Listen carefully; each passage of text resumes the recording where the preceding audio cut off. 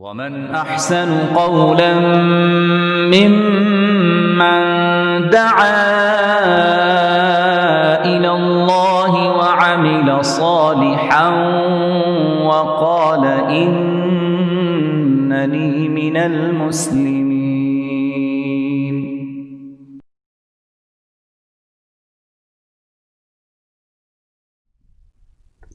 Bismillahirrahmanirrahim. Alhamdulillahi Rabbil Alameen. As-salatu was-salam ala Rasulihil Kareem. Rabbi shrah li sadri wa yassir li amri wahlul uqdatan min lisani yafqahu qawli. Allahumma faqqihna fid din.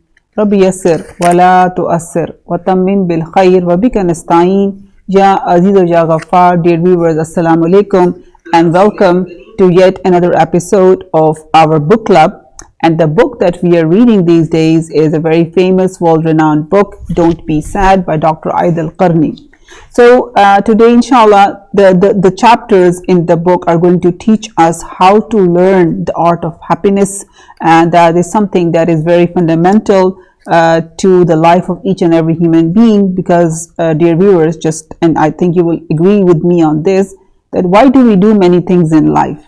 To be content, to be happy, to be peaceful, right? So being happy is fundamental to the life of every human being. We strive for that. We spend most of our life looking for that. And today in our book, he's going to be talking about how to learn the art of happiness. And if you remember, last time we were talking about smiling. So inshallah, just continuing with the chapter, smiling. So he says something very profound in this chapter. But before I go into that, I would introduce Afrin Sayed. She's here with me today. And you do know that she's a very regular participant of the book club. And she joins us very frequently to talk about the book. And you guys have to join us through chat, inshallah. So it's Afrin, myself, and all of you who are going to do the book club together. Afrin, assalamu alaikum. Walaikum assalam, Aminah. How are you? Afrin, how are you finding the book? Alhamdulillah, it's very, very nice, very positive. It brings such positive thinking and makes you realize how important it is to be happy. It's being happy. And many times, Afrin, I think it's reminders. It's things that we know, but the author is giving us new perspectives on the things that all of us already know. We know how to be happy. We know we should be happy. We know we shouldn't be sad. We know we should be positive, right? But he's giving a very nice turn on that and is giving a new perspective on these concepts. It's basically a reminder all the time. Like we are supposed to be reminded for everything. So yeah, reminder for everything. So, you know, in this chapter, Afrin, in this chapter of Smile, I found this very, very amazing. And he says, you know, if I were given a choice between having both status in society and plentiful money, or having a lot of money, or having a happy, radiant, smiling self, I would choose. And before I give the answer, dear viewers, what do you think most of us will choose? Status and plenty of money, status in a society and plentiful money, or happy, radiant, smiling self? Afrin, what about you? I would definitely choose a happy, radiant smile. Yet, all of us will agree, but many of us will not put this in action, right?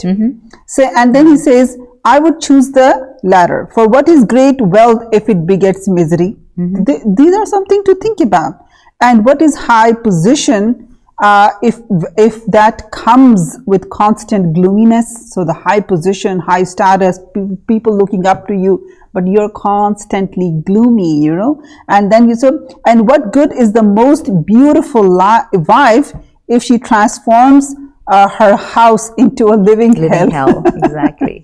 This is also important. Afrin, yes. What were your thoughts on this?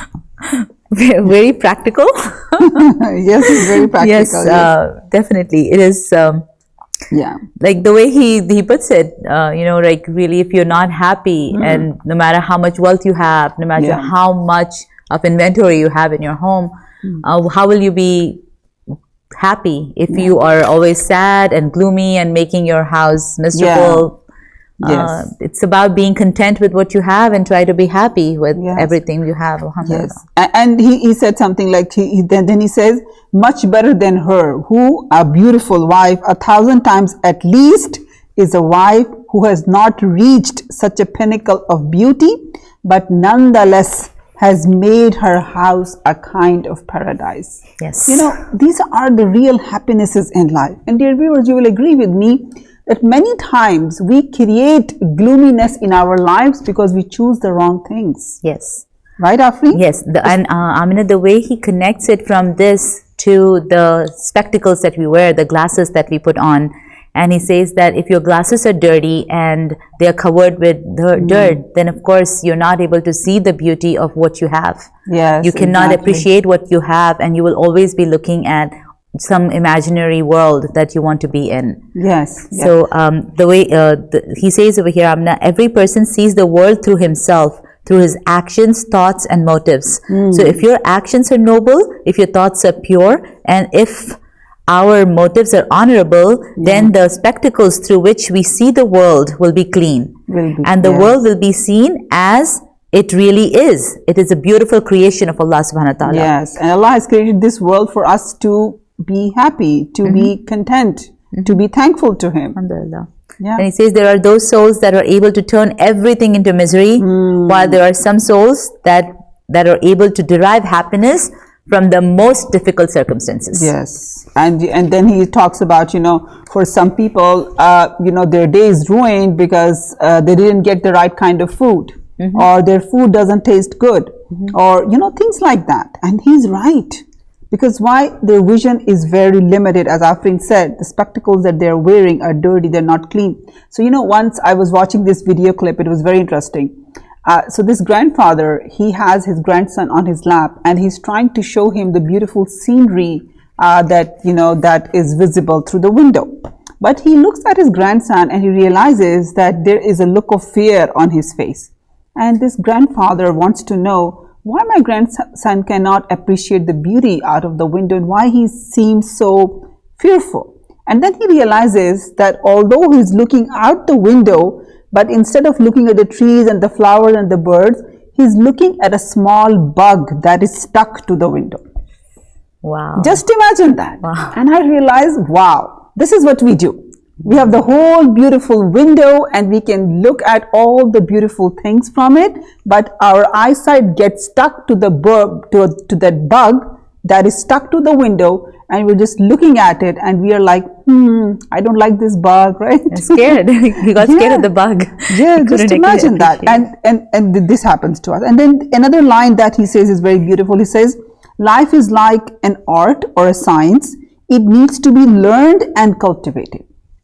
And then he says, it is much better for a person to plant love in his life than to glorify money, using all his might to help it ease its way into his pocket. And many times, dear viewers, we do that.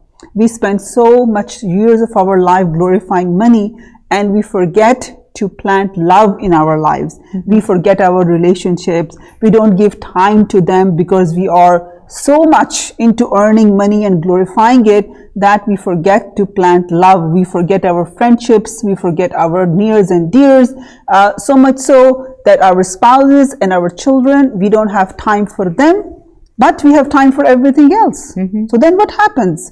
We do not learn to plant love in it, and then, you know, what grows out of it is going to be what? Misery. Misery, right? exactly. So what else, Afrin, caught your eyes in this chapter? So this, Aminah, the following paragraph that says, nothing causes the soul or face to frown more often and with more intensity than despondency. Yes. So, like, basically it's saying how being low-spirited can cause you to always frown and be upset, and you cannot appreciate anything in life. You cannot. If you want to be a smiling person, then he's asking us to wage war with despondency and hopelessness. Yes, exactly. And this is so true, and we really need to understand this, that the door to opportunity is always open. Open, yeah. It is open to us, open to others.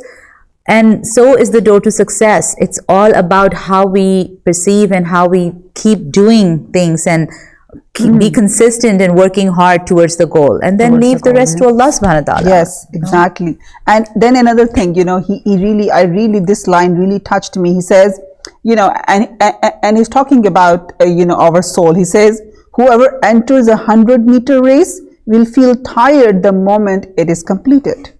Whereas one who enters a 400-meter race will not feel fatigue after passing the 100-meter or 200-meter mark. Therefore, the soul gives resolution and willpower in proportion to your goal. Subhanallah. I love this. Subhanallah. You know why we feel tired after doing very little work? Because our goal is very little. And he's saying, if you're thinking about higher things, if your goals are higher, your soul will give you willpower accordingly. And dear viewers, we know that Allah Ta'ala has given us free will. What makes human beings different from the rest of the creation is having free will. And we can exercise this free will. Our soul will empower us and give us power and empower our free will.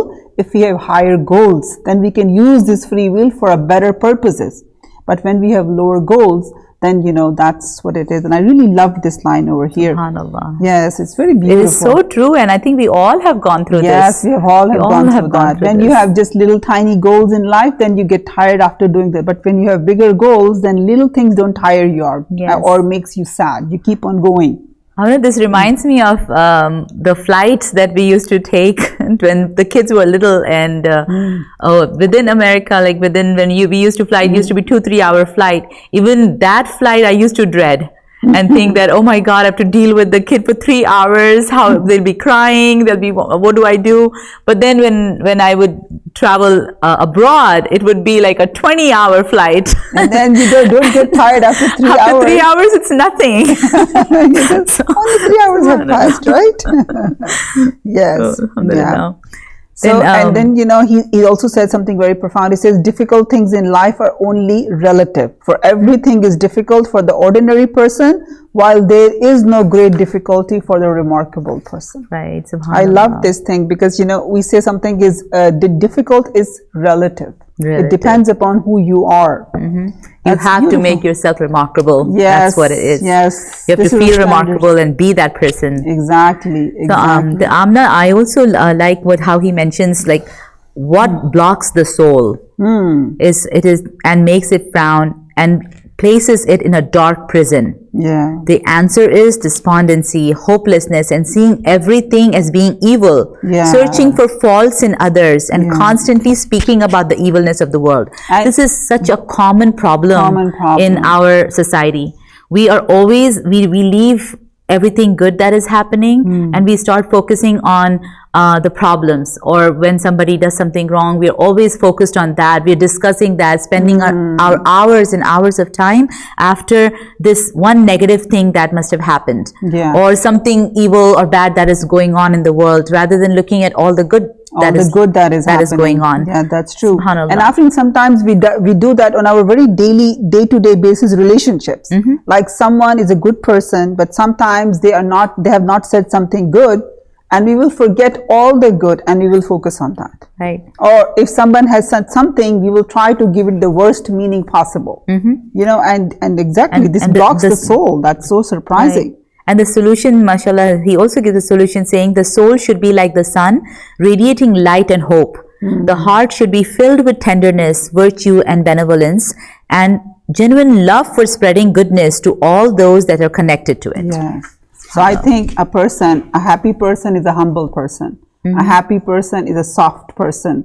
A happy person is a person who do not get angry very easily. And a happy person is a person who feels rahmah for other people.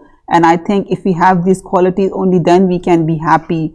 Having lots and lots of things cannot make us happy, because desires feed the ego. They don't feed the soul. And the happiness is in the soul, not in the ego. And that is important to remember. So then, he also gives at the end of the chapter, like, smile. Then he says, pause to reflect. And then he says, when you experienced sadness yesterday, your situation didn't get any better of you being sad. That's a good question to ask, Afreen. Yes, what do you think? He says, your son failed in school and you became depressed.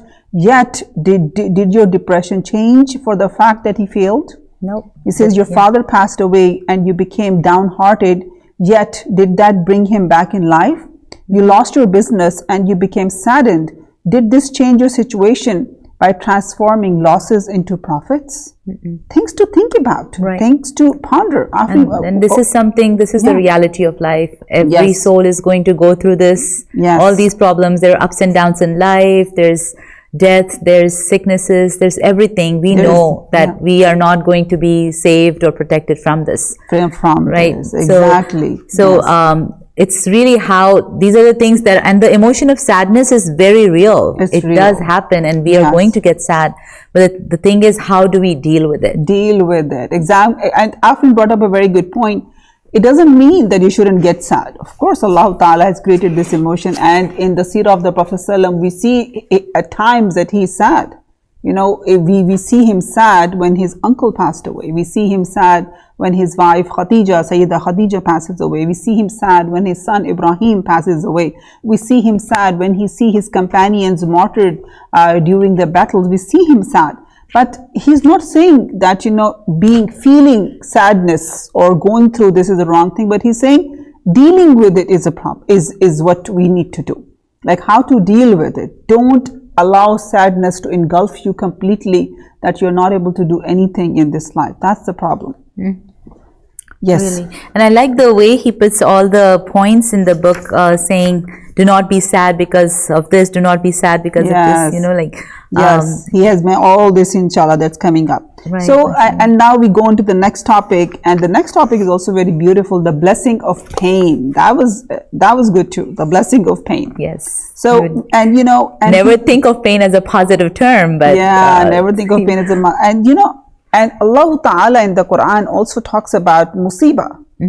And Allah Ta'ala says in Surah Al-Taghabun, Ma asaba bin musibatin illa bi idhnillah. Allah Subhanahu wa Ta'ala puts that musibah, that problem on a person, and especially for that person to bring the good out, the best out in that person. Allah Subhanahu wa Ta'ala says in Surah Al-Mulk that I've created the death and the life, that to see who among you is the best.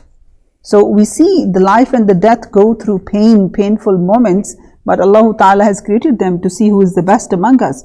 And over here he says, how many painful experiences did the best writers have to undergo experience that inspired brilliant work which we come to enjoy. He says, when people write and their writings touch you, definitely they have gone through something that have touched their hearts and have, you know, lit the passion, and their passion is something that is speaking to you.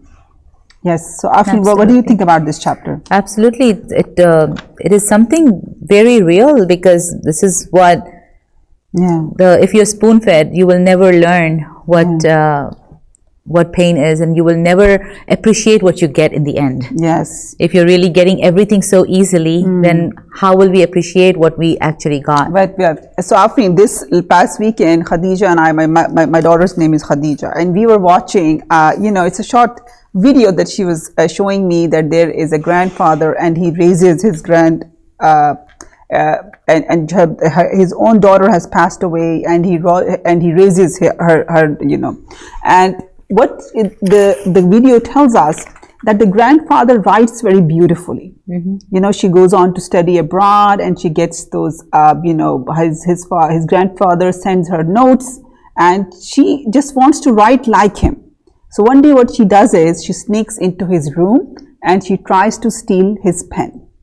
That I want to write like my grandfather, because whenever she reads his notes, she's like surprised, wow, how well does he write? And she thinks he writes well because of the pen that he has. And so she gets into his room and tries to steal the pen, and the grandfather sees that and says, what are you doing? He says, grandfather, I want to write like you, so I'm stealing your pen. And the grandfather says something very profound. He says, you don't write with the pen, you write with your heart. You like what I write, because I don't write with this pen, I write with my heart.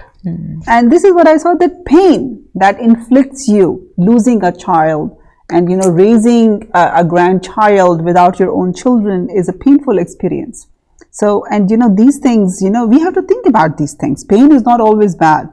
And if you look at many people who brought change into this world, many people who were able to do things for other people, went through a painful experience themselves. Absolutely. So anything else after in this chapter? Yeah, the student who lives the life of comfort, yes, and who never goes through hardship. Yeah. The way author says is so true. That student will be lazy, lethargic, and maybe not even successful in the end, because hard work is what will get you, and hard work is painful. It's painful. You have to lose your sleep. So, you have to work hard. You have to work spend hard. hours. Exactly. So that's something.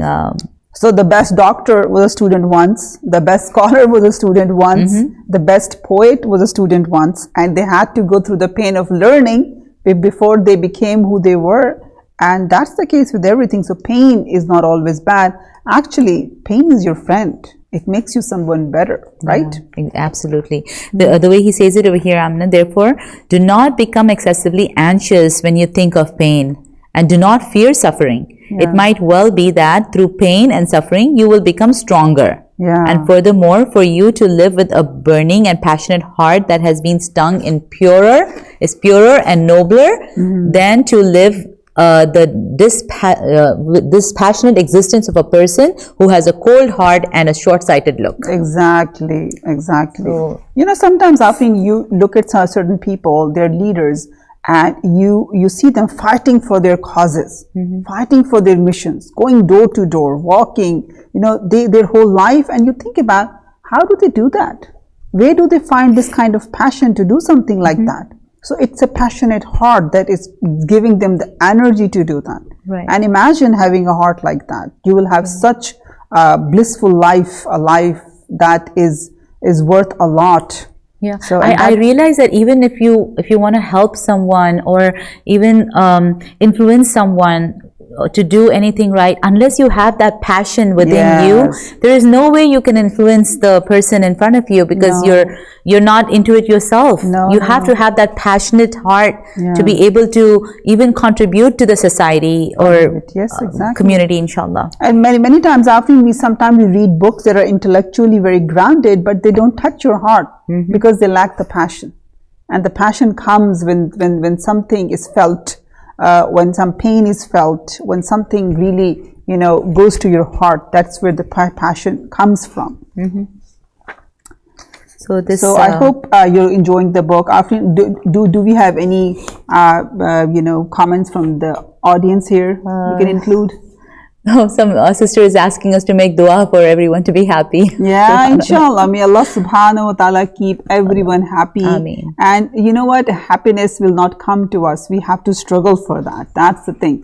So inshallah. So we are coming to this, the art of happiness. And over here in this chapter, he makes many beautiful points. And he says, among the greatest blessings is to have a calm, stable, and a happy heart. For in the happiness, the mind is clear, enabling one to be a productive person. Who can deny that, right? When we are not happy, when we are sad, our productivity goes, very low. That day is not productive. The day we are sad and miserable and anxious, but the day you are happy, or the day you are kind of, calm, you're more productive. So he gives us almost like 3 principles in this chapter, that how can we learn the art of happiness, because as our sisters are saying, that make dua for us to be happy, inshallah. Of course, we start with the dua, then we also ask Allah subhanahu wa ta'ala to give us a tawfiq to follow up, with actions. So the first thing that he says, a basic principle of achieving happiness is having an ability to endure and to cope with any situation. Just Afrin, what are your thoughts on this? Absolutely. It basically tells us it's within us. It is within Happiness is within us. Yes. And it is our ability. We have to make mold ourselves into somebody who we are all able to do this. Yes. But we just have to bring out that ability to cope with any kind of situation. Yes. And try to get the best out of that situation. And Allah Ta'ala said in the Quran that all of us are going through different situations in life. But Allah has said in the last 2 ayahs of Surah Al-Baqarah, La yukallifullahu nafsan illa wus'aha. Like Allah Ta'ala will not put on any person that he is not able to endure. Which means what? The first basic principle of happiness is to having an ability to endure and to cope with any situation. My dear sisters, my dear viewers, whatever situation we are going through in life, we have to understand first and foremost that whatever we are going through, Allahu Ta'ala is Rahman Ar-Rahim, and He has not put us in anything that He has not given us the ability to cope with. Because then, we believe in the Rahmah of Allah. We believe that Allah is Ar-Rahman Ar-Rahim. Then when He gives or puts us in something, it's because that He has given us the ability to cope with it. And this is the basic principle of happiness, to understand that and to act upon that. And then He says, therefore you should neither be swayed nor governed by difficult circumstances, nor you should be annoyed by insignificant things. Meaning, when a difficult situation comes to your life, don't let that difficulty just sway you completely, that you have completely gone off the track. Because learn how can you cope with it. Of course, in the process you will be sad, you will cry many times, but it's okay as long as you're coping with it, as long as you're enduring that. That is one of the basic principles of happiness. Right. So, and then the next question is also very interesting. Afrin, if you look at over here, he says, the opposite of being content is, what do you guys think? The opposite of being content is what? What do you guys think the opposite of being content is? And he gives a very good example, answer over here. He says, the opposite of being content is being short-sighted. Short-sighted. Just imagine this. Afrin, so were you able to go through this? What are your thoughts on this? Yes, alhamdulillah. So, I think he tells us how to train our mind, right? Yes, exactly. It's basically, sadness is a feeling which is inevitable. We are going to feel sad, and all these feelings are created by Allah subhanahu wa ta'ala, and we have them. Yes. But what we can do is basically bridle our thoughts. Yes. Train our thoughts and try to make the situation better, because it's going to be this. We are in a situation we are. Yes. So how do you now do it? By training yourself. Nobody else can help you. You have to help yourself. Yes, exactly. This is what we all humans need to understand this. Yeah. I feel like we are so dependent on others and trying to find happiness in others rather than looking into your own self. Yeah, exactly. The most important thing that I have learned by reading this and also with experiences in my life is like, it is you who is going to make yourself happy or sad. Yes, nobody else is. Your happiness depends upon you, no one else. Right. And exactly what Afrin said is completely correct, that being short-sighted is something that our brain does, and we have to train our mind that, and this is the number one step to learn to cope. Because what happens is when something bad comes in our life, something difficult comes, our entire focus is on that. And we forget about other things that are good around us. So we become basically short-sighted in this. Yeah. So over here he's reminding us the opposite of being content is being short-sighted. Of course, when the difficulty comes, of course, our focus is on that. We are learning to cope with it. We are trying to cope with it. But at the same time, do not forget the other things that are good around you. Yeah. And Allah subhanahu wa ta'ala says in the Quran, Inna mal usri yusra. With every difficulty, there is ease side by side. So the first thing, the first technique, or you can say the first tip that will help us endure any kind of sadness is don't be short-sighted. As Afrin said, hold on to your thoughts. Don't allow your thoughts to go in all the everywhere, and being very negative. Hold on to them. And then he goes to the second, and there where he comes to the second point, he says, basic to the art of happiness is to bridle our thoughts and to restrain them, not allowing them to wander, stray, escape, or go wild. This is very important. This is very important. Because what happens is, yes, something is wrong, but then maybe this can happen. Oh, maybe this will happen. Oh, maybe this will happen. This will happen in the future. This can go wrong. So this is very, very important. Yeah, basically your thoughts will start controlling you. Yes, your brain will start controlling you, your actions, the way you will do things. Yes. So we have to stop it right there and get that leash in your hand so that you control what you do, what you think, how you think. Right? Otherwise, the way it's saying, like the way he's saying, Amna, like if you let it wander, then it'll make you go wild. Go wild. And this happens many times, for example, and it happens in our interaction with other people, the near and dears around us. You know, sometimes something happens between us and our thoughts go wild. Maybe he said this because of this, and because of this, and maybe they were saying that, and maybe they were doing that, and our thoughts go crazy. And in our Islamic terminology, we call it dhan. You know, so Prophet ﷺ told us to have husnul dhan. You know, don't allow your thoughts to go crazy and negative. Don't just imagine the worst.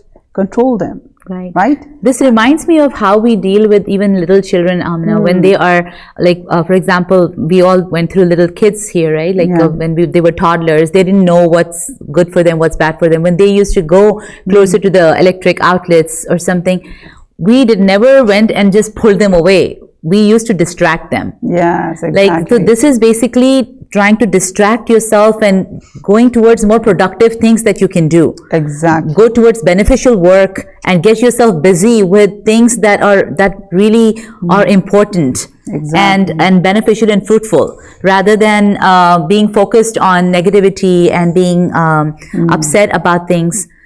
Distract yourself from... Do something more productive than just being there and being negative and, you know, and thinking about the worst. It's better to do something productive at that point. Exactly. Good point, Afri. So then the third point, he also mentioned, this as also among the principles of the art of happiness is to value life on this earth according to its merit and worth. Now, what does that mean? We all know, dear viewers, that this life of this world is temporary. You know how we have 4 enemies? One is shaitan, one is the nafs, one is, and the nafs is the ego, then the hawa or the desires, and the 4th enemy is dunya, not because dunya is bad, because it's temporary.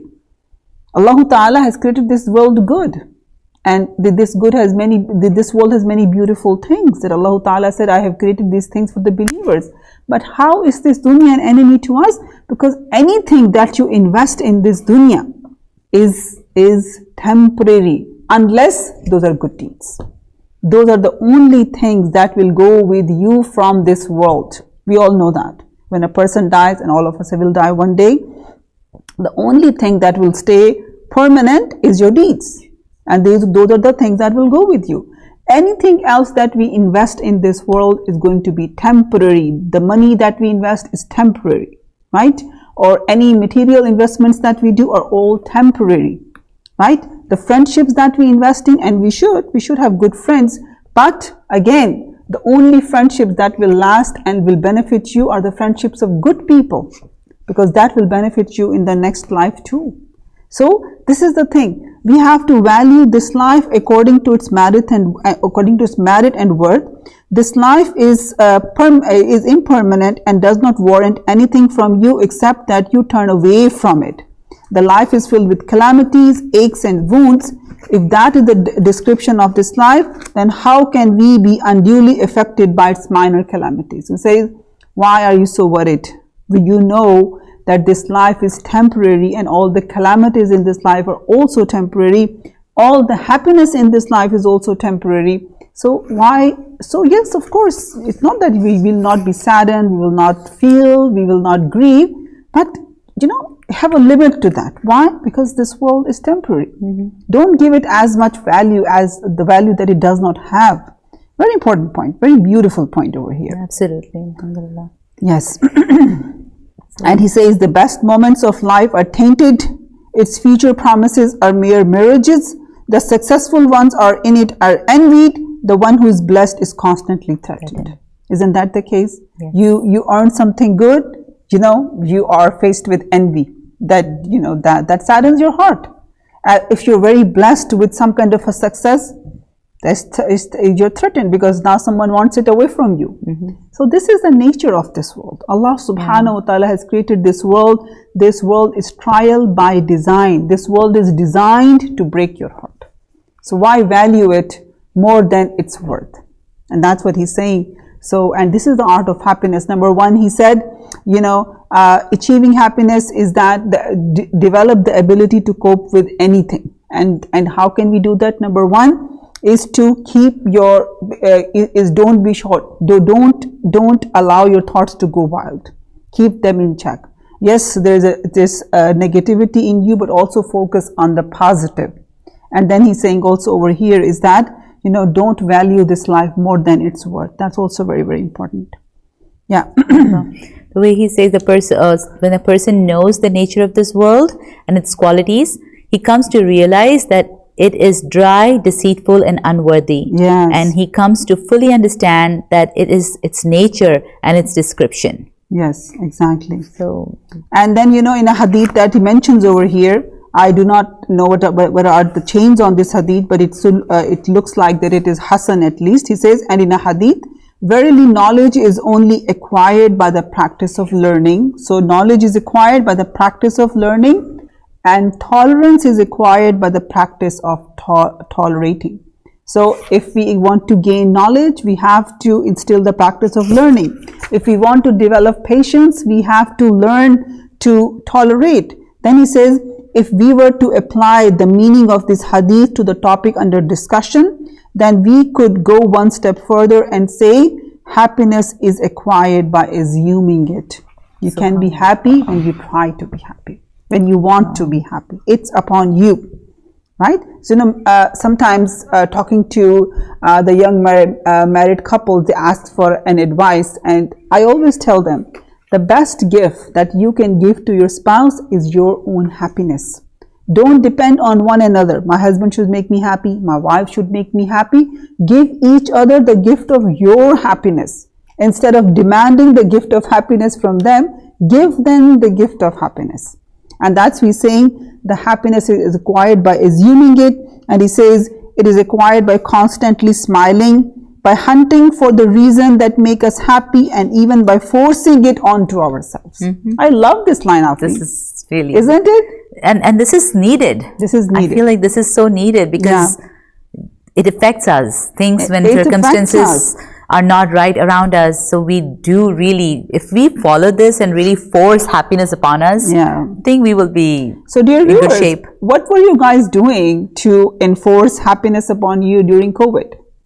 So we would want to share that with you, that what were you doing in order to enforce happiness on yourself when you were bored at home, when you felt stuck at home, when you felt that all your kids are at home and you have to help them with schooling, and everything was overwhelming you. What were you able to do to force this happiness upon you? So please share with us in your comments. Yes, share with us. We would like to know that. And he says, forcing onto yourself, however awkward that they may seem. I really love those people that, in any kind of sadness that is, they find moments to be happy. And it might be going for a walk, going for an ice cream, hanging out with a friend. They find these moments, and I truly, truly, appreciate those people who celebrate these little things in life. Absolutely. So inshallah, the next... Okay, again, the pause and reflect, Aminah. Yeah. This is always so beautiful, the way he's written. Do not be sad if you are poor, then someone else is immersed in debt. You just compare, basically... He says if you're poor, then someone else is immersed in debt. In debt. Yeah. So at least poverty, you're not in debt. Right? Then if you do not own your means of transportation, then someone else is deprived of his legs. Example. Then if you have a reason to complain concerning the pains of sickness, then someone else has been bedridden for years. Exactly. If you have lost a child, then someone else has lost multiple children. Or anything, Aminah, something is there is worse. There are worse situations than what you are in. There can be worse situations. There can be worse situations. So that can make us feel grateful and get the feeling of gratitude that at least we are not in those shoes. We're not in those shoes. Yes. SubhanAllah. And the next point that he brings is also very important when it comes to learning the art of happiness. He says controlling one's emotions. And he starts with the hadith of the Prophet ﷺ. He says, verily I have been prohibited from emitting two foolish and wicked sounds, one that is emitted when something favorable happens, and the other that is expressed when calamity strikes. Meaning the Prophet ﷺ is saying, don't be too happy in happiness and don't be too sad in sadness. Find the middle path. Control your emotions.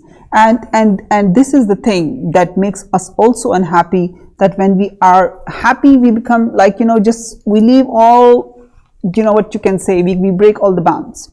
And when we are sad, we are so sad, then, we lose the balance. And not having the control in our emotions also makes us feel very unhappy for many reasons. So, after anything you found in this chapter? I never knew that even this is balancing.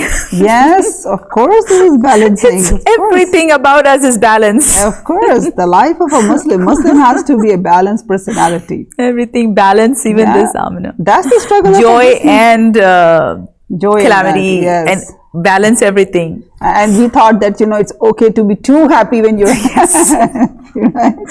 Yes. So, and this is says, this is what Prophet ﷺ said, verily true patience is that which is displayed during the initial shock. What does that mean is, true patience is that is expressed at the initial shock, meaning that person has a control on himself, control on his emotions. Then he says, therefore, when we contain our emotions upon both the joyful and the calamitous occasions, we are likely to achieve peace and tranquility. So this is very important. Controlling our emotions. Why do we get angry? And sometimes we lose control in anger because we are not managing our emotions. Why do we say such certain things when we are happy and we are not supposed to say that? Because we are not able to control our emotions, and later on we regret that and becomes a source of sadness for us, right? And sometimes why do we follow our nafs? Because we want to be happy and we forget that being happy like this is against the commands of Allah Ta'ala. We don't have control on our emotions, and later on that becomes a source of sadness. So, controlling our emotions, and even that Prophet ﷺ said, love the one who is beloved to you in due moderation, for perhaps the day will come when you will abhor him, and hate the one whom you detest in due moderation, for perhaps the day will arrive when you'll come to love him. This hadith is something to ponder on. That even the people that you love and you hate, you have to do that in moderation. Why? You never know. You never know when things change. So this is teaching us that another aspect of learning the art of happiness is to control our emotions. Keep them in check. So this is also very, very good over here. After you would want to following the middle path, Aminah, basically teaching us to follow the middle path. Yes. During times of, be thankful during times of ease, be patient during times of hardship. Yes, exactly. And of course, when you love someone in moderation, we notice this a lot in even our relationships with our family members or friends. When you have a lot of expectations, then when they do something, then that hurts more than from somebody that you don't expect. Because your emotions are not in check. Right. Yes, our expectations are going overboard. Right. So it says, love them in moderation, and even when they don't fulfill your expectations, hate them in moderation. So and now we come to the last topic of today, the bliss of the Prophet's companions. I love this chapter the most. It was very, very beautiful. The way how they could find happiness in their lives. That was unbelievable. This makes you really want to go back and be one of them. Yes, exactly. And he says, look at the bliss of the companions of the Prophet ﷺ, how happy and peaceful they were, even though they were deprived of home, country, family. The believers faced trials because of embracing Islam. The best among their youth constantly had swords hanging over their heads. Their men moved forward lightly across the battlefields. We know the Sahaba and the trials that they went through with Prophet ﷺ. They were on the battlefields. They were, they had to be deprived of their homes and their families. They had to migrate from their country, whatever. Still, they were happy. And why is that? How could then they still find happiness? And this is where I think we should conclude. But think about it. He says, why? Because one of them was charged, and this is said because why? To put it simply, the Prophet ﷺ epitomized benevolence and righteousness. They perceived in him all the signs of truth and purity. Because the Prophet ﷺ, he was able to polish them from inside. they were able to realize the truth. Their hearts were clean, and this is what, inshallah, what the true happiness is. The happiness lies in the soul, not in the ego. We can fulfill as many desires as we want, but that will feed the ego, not the soul. The soul will stay empty, and as long the soul will stay empty, you will stay sad. But with them, they faced all these trials, but then again, they were guided. Their inside was cleaned up. Their inside was enlightened and purified by the company of the Prophet ﷺ and his training for them. Afrin, you find anything you want to share? The summary of that, Aminah, basically they tasted the beauty of life with him, and they knew delight in his company. They found happiness at his side, safety and salvation in following him, and in inner richness in emulating him. And this still stays with us. We can emulate his life, we can emulate him, we can follow all his teachings. Alhamdulillah, we are blessed to have everything with us still. Alhamdulillah. Alhamdulillah. I think these are good things to think about, and I would really want us to think about the art of happiness and how can we force ourselves to be happy. Dear viewers, in your life, find moments to be happy. And we don't need big things to be happy. Even small moments, we can get together and find happiness in that. Maybe family, maybe all the members of the family, they're getting together to eat dinner together, or having coffee with a friend, or reading your favorite book, something like that. These are all happy moments. And distract yourself with nice things in life. Do not dwell too much on negative thoughts. So inshallah, we can cope with what Allah subhanahu wa ta'ala has put upon us. And with that we conclude. I hope and I pray, and I should say we hope and we pray that you guys are enjoying the book, that you're benefiting from it. I hope that you're able to, you will be able to read the book with us. And with that we conclude. Wa akhiru da'wana walhamdulillahi rabbil alameen. As-salatu was-salam ala rasulihil kareem wa alihi wa sahbihi ajma'in bi rahmatika ya arhamar rahim. قد أفلح المؤمنون الذين هم في صلاتهم خاشعون والذين هم عن اللغو معرضون والذين هم للزكاة فاعلون والذين هم لفروجهم حافظون إلا على أزواجهم أو ما ملكت أيمانهم فإنهم غير ملومين.